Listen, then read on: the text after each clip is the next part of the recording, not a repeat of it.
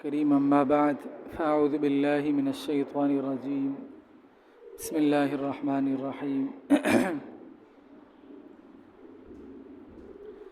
لکی لا تأسوا على ما فاتکم ولا تفرحوا بما آتاکم واللہ لا يحب كل مختال فخور۔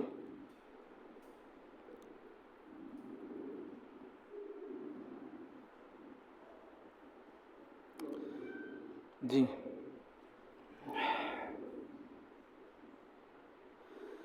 بات چل رہی تھی ہماری، شاید اندر والا مائک آن نہیں ہے یا والیوم بہت کم ہے، یہ تو چل رہا ہے۔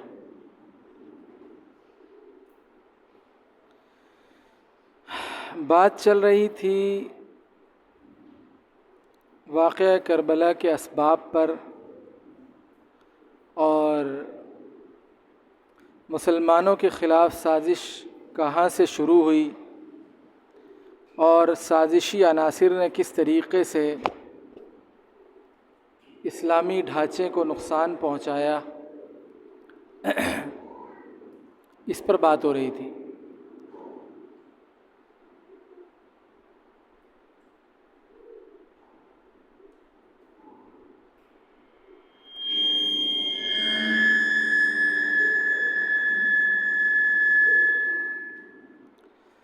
تو بات اس پر ہو رہی تھی کہ مسلمانوں کو کس طریقے سے کمزور کیا گیا۔ نبی کریم صلی اللہ علیہ وسلم نے فرمایا تھا اسلام کی کڑیاں ایک ایک کر کے ٹوٹیں گی، جیسے زنجیر ہوتی ہے مختلف کڑیوں میں بنی ہوئی ہوتی ہے نا، تو ایک کڑا نکال دیا، دوسرا کڑا نکال دیا، تیسرا کڑا نکال دیا، تو اسلام کی کڑیاں ایک ایک کر کے ٹوٹیں گی، اور جب ایک کڑی ٹوٹ جائے گی تو مسلمان دوسری کڑی کو پکڑ لیں گے۔ جیسے موٹر سائیکل کی چین جب لوز ہو جاتی ہے تو پھر وہ کہتا ہے کہ یار اس کی ایک کڑا نکالنا پڑے گا تاکہ چھوٹی کریں۔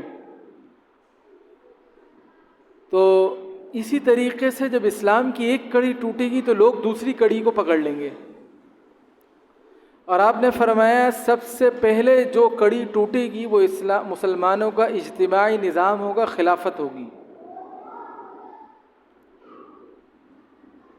اور اس میں اس بات کی طرف بھی اشارہ تھا کہ اگر پہلی کڑی کو ہی ٹوٹنے نہیں دو گے تو دوسری کڑی پہ جانے کی نوبت ہی نہیں آئے گی۔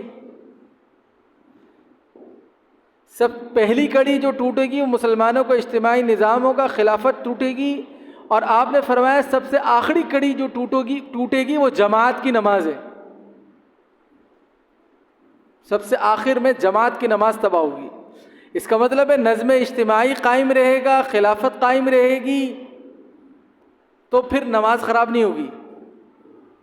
یہ ہے، پھر لوگ نمازیں صحیح پڑھتے رہیں گے، عدالتیں صحیح چلتی رہیں گی، مسلمانوں کا معاشرہ انٹیکٹ رہے گا، طلاقیں واقع نہیں ہوں گی، گھروں میں لڑائی جھگڑا نہیں ہوگا، بازاروں میں لوگ پریشان نہیں ہوں گے۔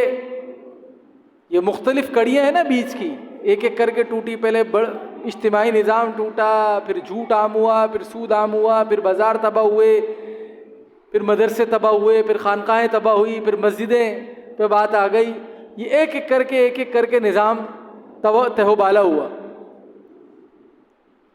تو اس میں اس بات کی طرف بھی اشارہ تھا، اس لیے اکابرین امت نے اس بات کی کوشش کی ہمیشہ کہ کسی طریقے سے مسلمانوں کے اجتماعی نظام میں دراڑ پیدا نہ ہو، اس کو کسی نہ کسی طرح جوڑ کے رکھا جائے۔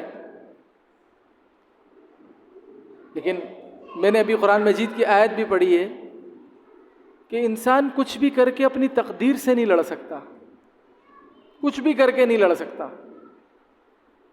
اللہ نے جو تکلیف کسی کے مقدر میں لکھ دی ہے وہ اس کو ہو کے رہے گی، مل کے رہے گی۔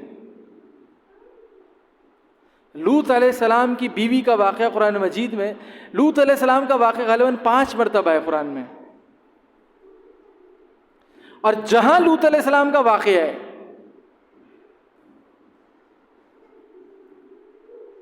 آپ اللہ تعالیٰ نے وہاں پر لوط علیہ السلام کی بیوی کا تذکرہ ضرور کیا ہے، جہاں واقع ہے وہاں لوط علیہ السلام کی بیوی کا ضرور تذکرہ ہے کہ لوط علیہ السلام کے پر ان کی بیوی ایمان نہیں لے کر آئی، اور کہیں فرمایا کہ ان کی قوم پر عذاب آئے گا اور ایمان والے بچا لیے جائیں گے، لیکن اس کی بیوی نہیں بچائی جائے گی۔ جہاں نام لیا ہے وہاں بیوی کا ذکر ضرور کیا۔ کیوں؟ کہ یہ زندگی کے حقائق ہیں۔ انسان چاہتا ہے کہ جو ہے نا وہ، اچھا یہاں پہ ایک سوال یہ بھی تو بنتا ہے نا کہ اللہ تعالیٰ نے جگہ جگہ جگہ تذکرہ کیا اور یہ کہا کہ اچھا ایک جگہ عجوزہ کا لفظ بھی آیا ہے مگر وہ بڑھیا، ٹھیک ہے؟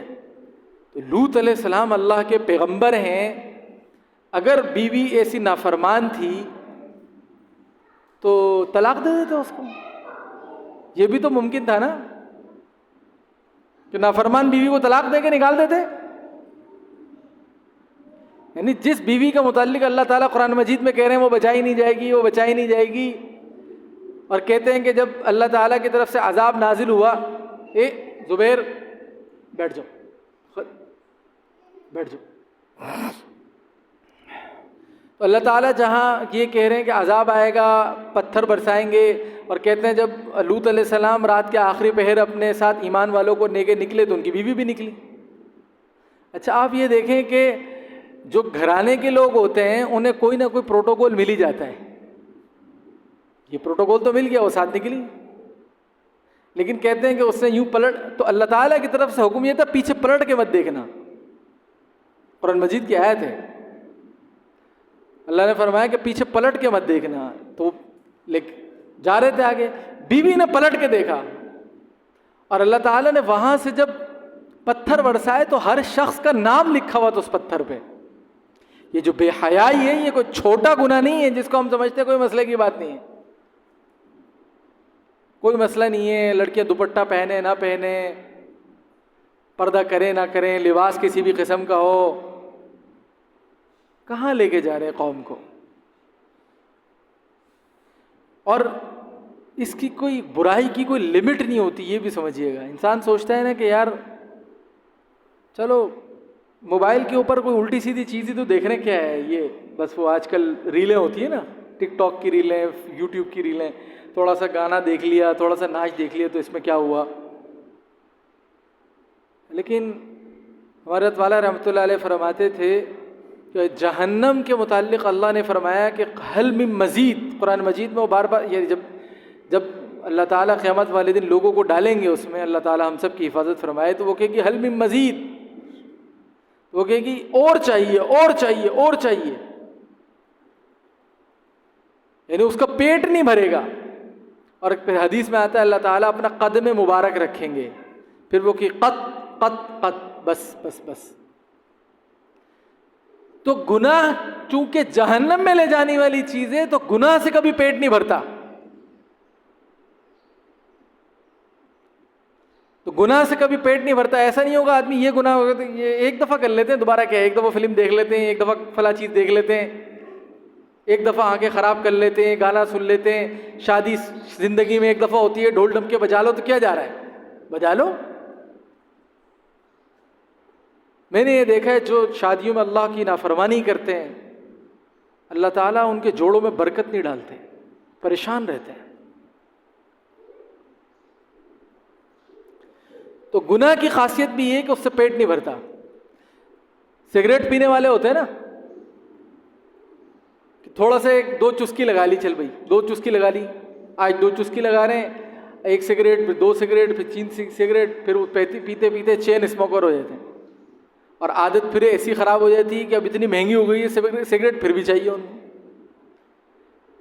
تو نشے کی عادت ایسی ہوتی ہے، گناہ میں اس طرح کی وہ ہے کہ جب انسان کو گناہ کی عادت پڑ جاتی ہے نا تو پھر وہ نئے کے چکر میں کچھ نیا، کچھ نئے کے چکر میں پھر دیکھو وہ لوگ کہاں چلے گئے۔ یعنی اب وہاں پر یہ مسئلہ نہیں ہے کہ ہمارا بچہ آوارہ ہو گیا ہے، ہمارے یورپ میں اب یہ مسئلہ نہیں ہے کہ بیٹا آوارہ ہو گیا ہے، بیٹی آوارہ ہو گئی ہے، اب یہ مسئلہ ہے کہ ہمارا لڑکا لڑکا رہے، لڑکی نہ بن جائے، یہ مسائل ہیں، لڑکی لڑکی رہے، لڑکا نہ بن جائے۔ عجیب و غریب قسم کے چیزیں جو انسان کانوں کو ہاتھ لگائے سوچنے تصور میں نہیں آ سکتی، وہ مسائل وہاں جنم لے رہے ہیں۔ وہ یہ کہ نت نئی لذت چاہیے انسان کو۔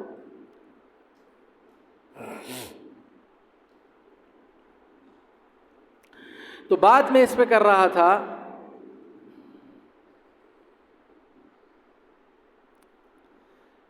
کہ آپ صلی اللہ علیہ وسلم نے فرمایا کہ اسلام کی کڑیاں ٹوٹیں گی، تو پہلی کڑی کو ٹوٹنے نہیں دو گے تو دوسری کڑی بچ جائے گی، اور پہلی کڑی میں دراڑ پڑ گئی تو دوسری کڑیاں بھی ساری ٹوٹنے لگ جائیں گی۔ تو اکابرین امت نے اس کی کوشش کی۔ میں یہاں سے یہ بات بتا رہا تھا کہ انسان اپنی تقدیر سے نہیں لڑ سکتا۔ تو لوط علیہ السلام کی بیوی پر اللہ کا عذاب آیا، تو میں اسی سے بات آئی تھی بے حیائی کی، کہ بے حیائی چھوٹا گناہ نہیں ہے۔ تمام فرعون جس نے انا ربکم الاعلیٰ کا نعرہ لگایا کہ میں جو ہے سب سے بڑا پالنے والا ہوں، رب ہونے کا دعویٰ کر دیا، لیکن اللہ تعالیٰ نے اس پر ویسے تو 11-12 عذاب آئے تھے، لیکن جو اس کی تباہی کا سبب بنا وہ ایک ہی عذاب ہے، اللہ تعالیٰ نے ڈبو کے مار دیا اس کو پانی میں۔ اس سے پہلے والے جو عذاب تھے وہ تو اس کو دین کی طرف، اللہ کی طرف لانے کے لیے تھے، جس میں جوؤں کا عذاب آیا، مینڈکوں کا عذاب آیا، بارش کا عذاب آیا، اس قسم کے مختلف عذاب ہے، والجراد والقمل والضفادع والدم، خون کا عذاب آیا، اس طریقے سے مختلف عذاب آئے۔ تو یہ عذاب اس لیے تھے تاکہ وہ اللہ سے ڈر جائے اور اللہ کے قریب آ جائے، لیکن جو تباہی کے سبب بنا وہ ایک عذاب ہے۔ کہتے ہیں نمرود نے بھی خدائی کا دعویٰ کیا تھا، اس کو بھی اللہ کہتے ہیں کہ ایک مچھر تھا، اس کے ذریعے وہ موت کے سبب بنا۔ لیکن قوم لوط کے اوپر اللہ تعالیٰ نے کتنے عذاب بھیجے، آسمان سے پتھر برسائے اور ان کی بستی کو اٹھا کے اوپر لے گئے، اور کہتے ہیں کہ اتنے اوپر لے گئے جبرائیل علیہ السلام ان کی بستی کو کہ ان کے جانوروں کی آوازیں آسمانوں پر سنائی دینے لگی، اور وہاں سے جا کے الٹا پٹخا اس کو، زمین میں زلزلہ آیا، اوپر سے پتھر برسے، اوپر سے زمین پلٹائی گئی اور فرشتے کی چیخ آئی، 4 عذاب آئے بیک وقت۔ سب سے سخت عذاب قوم لوط پر آیا، وجہ کیا تھی؟ بے حیائی۔ اور اس زمانے میں سب سے زیادہ جو محنت ہو رہی ہے نا مسلمانوں کو بے حیا بنانے پہ ہو رہی ہے، سب سے زیادہ۔ آپ میڈیا اٹھا کے دیکھ لیں، آپ نماز پڑھتے ہیں، یہ نہیں کسی ڈرامے میں فلم میں یہ نہیں کہا جاتا نماز پڑھنا بری چیز ہے، بلکہ اپریشیٹ کرتے ہیں۔ رمضان کے خاص قسم کے پروگرام آتے ہیں، علماء کو بٹھایا جاتا ہے، روزے کو اپریشیٹ کیا جاتا ہے، اس کو منایا جاتا ہے، باقاعدہ حج لائیو کاسٹ کیا جاتا ہے، دکھایا جاتا ہے۔ لیکن ایک عورت گھر میں رہے نہیں، یہ تو مناسب بات نہیں ہے۔ اور آپ 50% آبادی کو کاٹ دیں گے دنیا سے، اس کو نکال دیں گے، دنیا ترقی کیسے کرے گی؟ پاکستان میں 54% خواتین ہیں، وہ گھروں میں رہیں گی تو پاکستان کیسے ترقی کرے گا؟ اور بات بھی سمجھنے والی ہے، ہاں یار انسان بھی بولتا ہے یار بات تو صحیح کر رہے ہیں کہ 50% آبادی سے ہم کوئی کام ہی نہیں لے رہے، ہم سوچ رہے نا کام نہیں لے رہے۔ جو میں جانتا ہوں ایسے گھرانے، بہت پڑھی لکھی خاتون ہے، اچھی سیلری 1.5-2 لاکھ روپے مہینہ کما رہی ہیں، شادی ہو گئی، بچے ہو گئے، شوہر بھی 4-5 لاکھ روپے کما رہا ہے، بیوی بھی 2-3 لاکھ روپے کما رہی ہے، بہترین گھر مینٹین کیا ہوا ہے، وہ خادمائیں رکھ لی بچوں کے لیے۔ اب یہاں پہ موبائل میں گھر میں دیکھ رہے ہیں بچوں کو کیا کھانا کھلایا جا رہا ہے، کون سا پانی پلایا جا رہا ہے۔ اب ماں کے دل میں جو ممتا ہے وہ ماسی کے دل میں کہاں سے آ جائے گی؟ وہ نوکر کے دل میں کہاں سے آ جائے گی؟ انہوں نے لگایا ہوا ہے کہ فلٹر پانی دینا ہے، وہ دوسرا پانی پلا رہی ہے، انہوں نے یہ کھلانا ہے، وہ کچھ اور کھلا رہی ہے۔ مجبوراً 2-3 سال کی چھٹی لی آفس سے، اور میں بچے پالوں گا۔ تو بھائی ہم پہلے جب سمجھا رہے ہیں کہ تمہارے ذمہ بچے پالنا ہے، جب سمجھ میں نہیں آ رہی۔ آپ یہ دیکھیں نا، ایک پڑھی لکھی خاتون، یعنی اس کو اللہ تعالیٰ نے اس کے بچے پالنے کی ذمہ داری دی تھی، وہ آپ کسی ماسی کی ذمہ لگاتے تو جاہل ہے۔ اور خود پڑھنے کے لیے چلے جائیں. یعنی اس دنیا کا سب سے قیمتی کام کیا ہو سکتا ہے؟ نئی نسل کی تربیت نا. اس سے زیادہ کوئی قیمتی کام ہے؟ اس سے زیادہ تو کوئی قیمتی کام نہیں ہے. وہ ہم کسی اور کے ذمہ لگا دیں. تو میں یہ کہہ رہا ہوں کہ بے حیائی کے معاملے میں کوئی یہ نہیں کہہ رہا کہ بری چیز ہے. خواتین کو حیرانی ہوتی ہے، 13 سال کی بچیاں ہیں، ایسا ڈریس پہنایا جاتا ہے گھروں میں کہ یعنی میں تو کبھی سوچتا ہوں کہ جو محرم رشتے ہیں ان کی نظر بھی صحیح کیسے پڑے گی. اچھا ویسے ہم روتے ہیں بہت زیادہ کہ بچیاں اغوا ہو رہی ہیں اور عزتیں لوٹی جا رہی ہیں، یہ مسائل ہو رہے ہیں، وہ مسائل ہو رہے ہیں، لیکن ڈھنگ کا لباس پہنانے کے لیے تیار نہیں ہے، سمجھانے کے لیے تیار نہیں ہے. میں بیٹھا ہوا تھا تو ہمارے یعنی والد صاحب کی پھوپھی، میری تو دادی لگی، وہ بیٹھی ہوئی تھی تو کہنے لگی کہ تو جب میرے پردادا نے، میں نے اپنے پردادا کے زمانے میں دیکھا ہے، کہنے لگی کہ جب یہ 6 سال کی ہوئی، کتنی 6 سال کی، بلقیس نام تھا ان کا، تو بولے 6 سال کی ہوئی یہ بلقیس، تو کہا کہ یہ بلقیس سیانی ہو گئی ہے، اب اس کو باہر جانے مت دو. کتنی 6 سال کی بچی.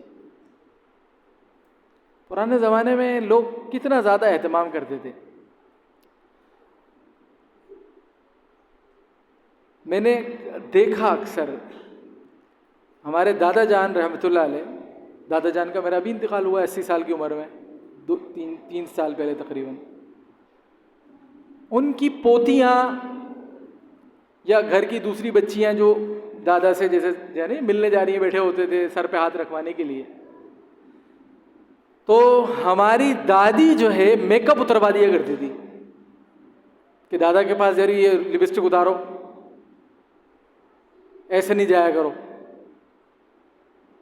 حالانکہ 80 سال کے دادا اور ایسے نیک آدمی تھے کہ سفر مؤخر کر دیا کہ مثال کے طور پر حیدرآباد جانا ہے، اب ان کو یہ گمان ہو کہ میری نماز نکل جائے گی تو نہیں جائیں گے، اگلے دن جائیں گے ایسے ٹائم میں کہ بیچ میں نماز نہ ہے. بعض اوقات کئی دن سفر مؤخر کر دیتے اس وجہ سے کہ نماز بیچ میں نہ آ جائے. تہجد گزار آدمی، کوئی ایسا مسئلہ نہیں تھا. اہتمام کی بات بتا رہا ہوں، یہ کوئی آج سے 25 سال پرانی بات بتا رہا ہوں. 2 سال کی بچی ہاف آستین یا پہن کر آ گئی فراک. ہمارے دادا نے ہمارے چاچا کو اتنی سنائی کہ چاچا کو اتنا غصہ آیا، اسی وقت لے جا کے کپڑے بدلوا اور فراک کاٹ کے پھینک دی. 2 سال کی بچی کہ ہاف آستین نہیں پہنانی. روزانہ سنتے ہیں کہ فلاں جگہ سے اخباروں میں آ رہا ہے بچی اغوا ہو گئی، اس کی لاش ملی ہے، فلاں جگہ یہ ہو گیا، لیکن ہم یہ تمیز نہیں کہ کم از کم یہی پہنا دیں کہ یار بچی کو جانا ہے کہ اسکارف پہنا دیں، کپڑے ڈھنگ کے پہنا دیں. ہم یہ تمیز نہیں. 15 14 سال کی بچیاں ٹائٹ جینس پہنا دی ہیں اور وہ گھر میں ایسے ہی گھوم رہی ہیں، نہ دوپٹے کی فکر ہے نہ کسی اور چیز کی فکر ہے. آپ دیکھیں پرانی بڑی بوڑھیوں کو، یعنی ان کے لیے مشکل ہوتا ہے کہ یعنی میں نے دیکھا ہے جن کی 80 سال عمریں ہو گئی ہیں لیکن دوپٹہ سرکتا نہیں ہے، عادت ایسی ہے. اور اب والیوں کا پہنا کے دکھا دو. اچھے گھرانوں میں یہ چیزیں سرائیت کر رہی اور تباہ ہو رہے ہیں معاشرے. تو اس چیز کو سیریس لینا چاہیے، یہ کوئی ہلکی بات نہیں ہے، بہت خطرناک بات ہے. تو کم از کم لمٹ رکھیں چیزوں کو. ٹھیک ہے شرعی پردہ اس طریقے سے نہیں ہو سکتا گھروں میں، لیکن یہ کون سا طریقہ ہے کہ گپے لگائے جا رہے ہیں، مکس گیدرنگ میں کھانا کھایا جا رہا ہے. ٹھیک ہے دیور بھابھی کا پردہ نہیں ہے تو پردہ نہیں، پہلی بات تو یہ کہ پردہ کرانا بھی کوئی مسئلہ نہیں ہے. ہم سب بھائی شادی شدہ ہیں، سب کی بیویاں ایک دوسرے سے پردہ کرتی ہیں، کوئی مسئلہ نہیں ہوتا. کبھی بات کرنی ہوتی ہے پردے سے بات بھی کر لیتے ہیں. کبھی فون کرو تو تھوڑی بہت مختصر سی اکا دکا جو بات کرنی ہوتی بات بھی ہو جاتی ہے، کوئی پریشان. گھر کے اندر بھی رہتے ہیں تو اس میں بھی اللہ کا شکر ہے، ویسے تو اب زیادہ ہم رہے نہیں ہیں گھر میں، لیکن گھر میں بھی رہیں تو کوئی ایسا مسئلہ نہیں ہوا. تو لمٹ نہیں ہو سکتا چلو تو کم از کم لمٹ میں تو رہے. یہ کون سی گپے لگائے جا رہے ہیں، ہنسی مذاق ہو رہا ہے، کزنس کے ساتھ ہنسی مذاق ہو رہا ہے، خالہ زاد بہنیں آئی ہوئی ہیں تو بس تالیاں پیٹی جا رہی ہیں، اور تفریح پہ چلے جائیں تو پھر تو بس مائیوں کی محفل ہو تو پھر کہنے ہی کیا. یہ کون سی کہاں لے کے جا رہے ہیں ہم سوسائٹی کو. پھر کچھ ہو جاتا ہے تو پھر ہم روتے ہیں بیٹھ کے، یار فلاں کی لڑکی بھاگ گئی، فلاں کے ساتھ یہ معاملہ ہو گیا، یار فلاں کا پتہ چلا. یعنی ایک زمانے میں یہ مسائل تھے کہ یار ساس بہو کی نہیں بنتی، اب دوسرے مسائل جنم لے رہے ہیں، میاں بیوی کی نہیں بن رہی. بہت کامن ہو گیا یہ مسئلہ کہ میاں جو ہے وہ دوسری لڑکیوں میں دلچسپی لیتا ہے. شادی ہو گئی ہے، اچھے اچھے گھرانے، بعض دیندار گھرانے، اتنی بڑی بڑی داڑھی، نمازی آدمی، اور کہانی سننے کو ملتی ہے وہ راتوں کو لگا رہتا ہے دوسری لڑکیوں کے ساتھ. اور لڑکیوں میں بھی یہ چیزیں آ رہی ہیں کہ لڑکیاں بھی دوسرے لڑکوں سے باتیں کر رہی ہیں. اگرچہ ابھی فی الحال یہ کم ہے، لیکن اگلے 5 سال بعد آپ دیکھ لیجئے گا کہاں، اگلے زیادہ 5 سے 10 سال یہ چیز کہاں تک جائے گی. آج ہماری بات ساری اسی پر ہو گئی. اللہ تعالیٰ سے دعا، اللہ تعالیٰ عمل کرنے والا بناتے ہیں.